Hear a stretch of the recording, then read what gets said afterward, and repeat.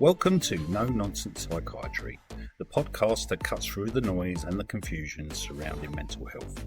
My name is Mark and I'm your host, and my goal is to give you the clear, practical information you need to understand your own well-being. No jargon, no fluff, just honest, helpful tools to help you on your journey. Let's dive in. No nonsense.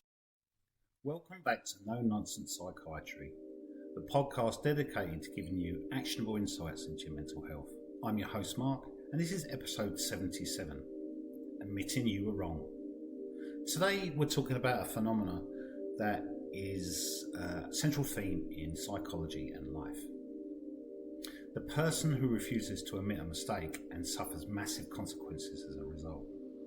We see it in politics, scandals, corporate failures, and the slow, quiet destruction of personal relationships. Why is it just so hard to say, I was wrong?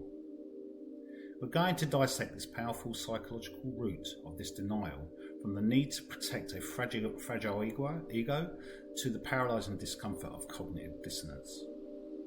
Understanding these defences is the simple first step to breaking them. In this episode, we'll explore the high cost of denial, stagnation, isolation, and eroded trust. And most importantly, we'll give you 3 concrete strategies to move beyond the simple words to a genuine admission.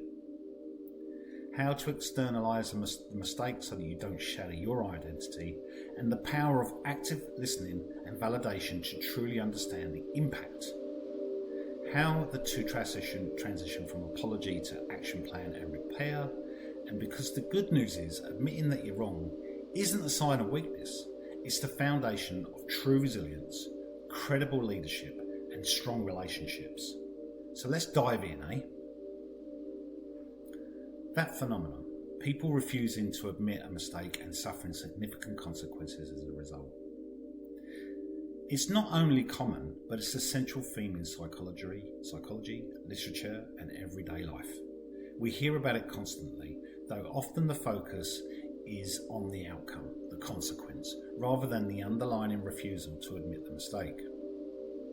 The psychological roots of denial, refusing to admit a fault, is a powerful psychological defense mechanism, primarily used to protect the ego and the sense of self. That fragile ego and that low self-esteem, meaning admitting a mistake feels equivalent to admitting a core flaw or being worthless.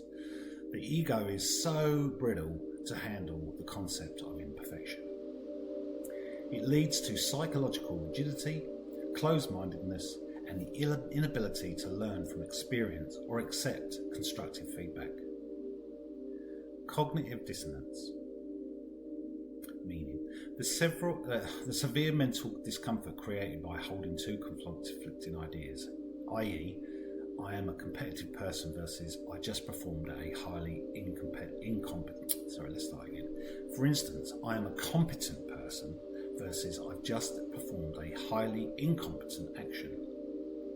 The mind resolves this discomfort by denying the action or blaming the external factors rather than changing the core self-perception. So what happens is this creates a distortion on reality, doesn't it? And the tendency towards self-deception, and the individual invents narratives, rationalizations, to maintain their comfort. Shame shielding. The intense fear of deep, overwhelming shame that drives the unconscious use of defenses like denial, blame, and rage to push the feeling away. And this results in the destruction of relationships because the individual repeatedly blames others for their own failures, eroding trust and intimacy. Everyday and public consequences. The refusal to admit fault immediately cuts off the inability to learn and adapt, leading to your downward spiral of increased harm. To personal and professional consequences. So stagnation and repetition. Since the mistake is not acknowledged, the root cause is never addressed. And this leads to a repeated placement of the same errors, blocking professional growth and failing to achieve goals. Isolation and eroded trust. When a person constantly avoids responsibility, partners, friends and colleagues grow exhausted and resentful, and they begin to distance themselves, leading to a social and emotional isolation. Denying a small initial error often necessitates a cover-up which escalates the situation into a much larger, often catastrophic financial or legal disaster. Famous and historical examples of this is the public record is full of examples where denial and cover-up proved more destructive than the original error. Political scandals. An initial error, misuse of funds or inappropriate behaviour, is followed by a refusal to apologise sincerely or outright lies. The consequence is the destruction of public trust, leading to resignations, impeachments, or loss of influence. A product defect or a quality control issue is met with denial and a cover-up of safety reports, and this leads to massive lawsuits, regulatory fines, and corporate bankruptcy. Celebrity cancellations. A problematic statement or action is compounded by a rigid defence of lashing out at critics, resulting in a permanent loss of reputation and career opportunities. So here are 3 strategies to help you admit that you were wrong and generally internalise it. Strategy.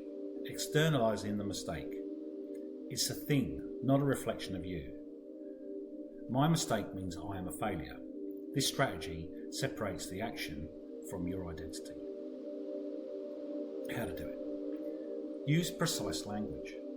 When reflecting internally, shifting focus on your identity to focusing on the action. Instead of saying, I'm a terrible person for doing that, try, the decision was flawed, or my approach in that moment was incorrect. Treat it as data.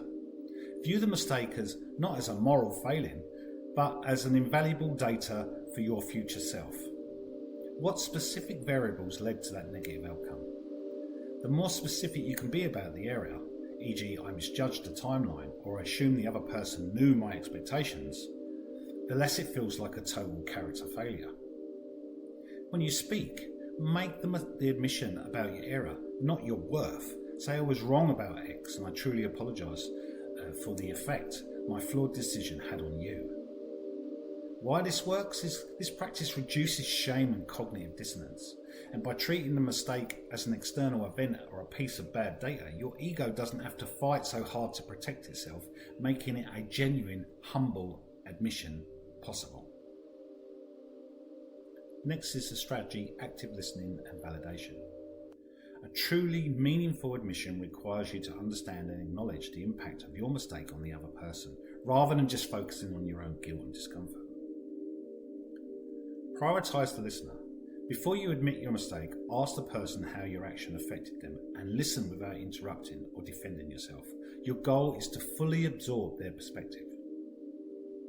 Validate that impact.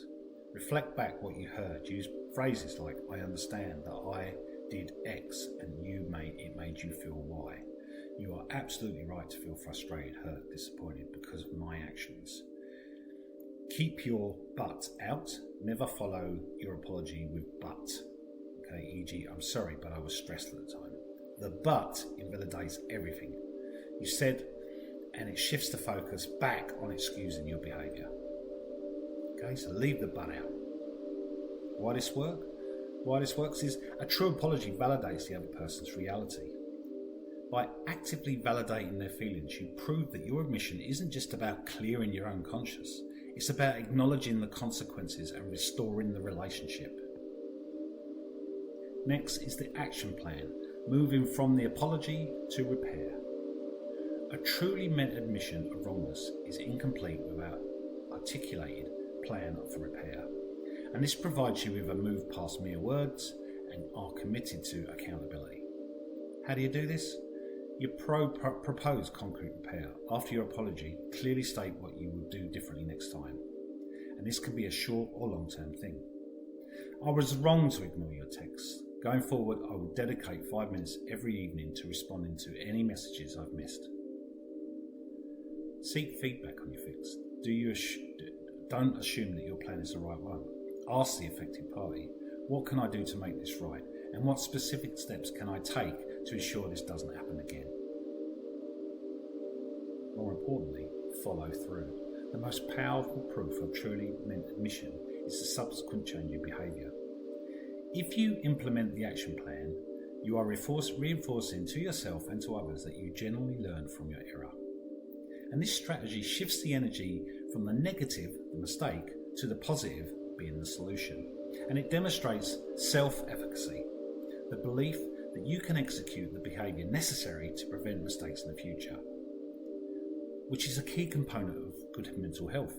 Admitting you're wrong brings about a wide range of positive outcomes, benefiting from your mental health, your personal relationship, personal growth, personal and psychological benefits. Humility and accountability are essential for the internal well-being and development. It reduces stress and anxiety. Refusing to admit a mistake often involves maintaining a lie, creating complex excuses, or engaging in blame, which requires constant mental energy. Admitting the truth releases the tension, reduces cognitive dissonance and mental health from conflicting beliefs, and freeing up mental resources. It fosters genuine self-efficacy, and when you admit a mistake, you prove to yourself that you can face reality and handle negative information without shattering your identity. And this builds true resilience and self-efficacy and the genuine belief in your ability to correct errors and overcome challenges. It accelerates learning and growth. Every mistake is a learning opportunity. When you admit fault, your identity, the error, the bad data, and actively incorporate a lesson ensuring you don't repeat that same error, this is the engine of personal development. Admitting fault is a foundation of strong, trustworthy connections. So building those relationships and the social benefits of that. Building trust and respect. Nothing erodes a relationship faster than consistent denial. A sincere admission of wrongness demonstrates humility, honesty, and maturity.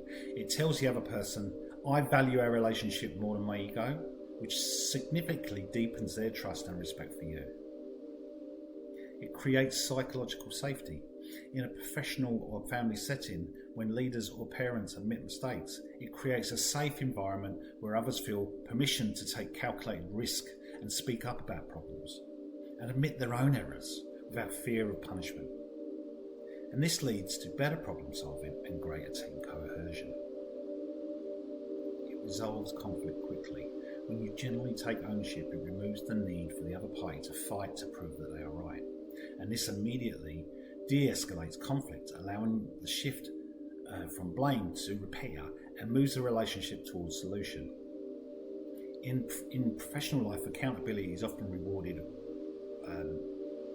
more than perfection, really. It enhances credibility. Individuals who own their mistakes are often more reliable, transparent and honest, and it boosts their credit and their personal credibility far more than trying to maintain a facade of infallibility. It improves decision making. By analysing past errors openly, organisations and individuals can make more informed, data-driven decisions in the future. It allows for development of better processing tools and protocols to prevent reoccurrence. It sets a positive example, a positive ethical example actually. Admitting you're wrong models ethical behaviour for subordinates, peers and children. It teaches that being responsible is not punishment, but a core component of integrity and leadership. So that brings us to the end of episode 77, and the key takeaway today is this: that the refusal to admit you're wrong is often not a failure of character, but an overzealous defence of the fragile ego, rooted in shame, shielding and cognitive dissonance. The truth is, the emotional cost of maintaining denial, the stagnation, the isolation, the continuous cover-up is always far heavier than the immediate discomfort of saying, I was wrong. Remember that good comes from accountability. It builds genuine trust, it reduces stress and anxiety, and accelerates your personal growth by focusing or forcing you to learn from data of your mistakes. If you struggle with this, start with the 3 core strategies. Externalizing your mistake, treat an error as a flawed data instead of a moral failing. Validate the impact. Listen without using the word but. Remember, don't use but. To truly acknowledge the other person's reality. Create an action plan. Move from the passive apology to the active commitment to repair. Thank you so much for joining me today on No Nonsense Psychiatry. If this discussion helped you understand why taking responsibility is essential for your mental health, please share this episode with a friend or colleague. Until the next time, embrace your imperfections, own your actions, and prioritise honesty over your ego. Before we go, if you found the podcast helpful, please share it with someone who might benefit from it. You can also support the show by subscribing and leaving a review. It only takes a moment, but it makes a big difference in helping us reach more people. Thanks for listening, and I'll catch you in the next episode of No Nonsense Psychiatry. No nonsense.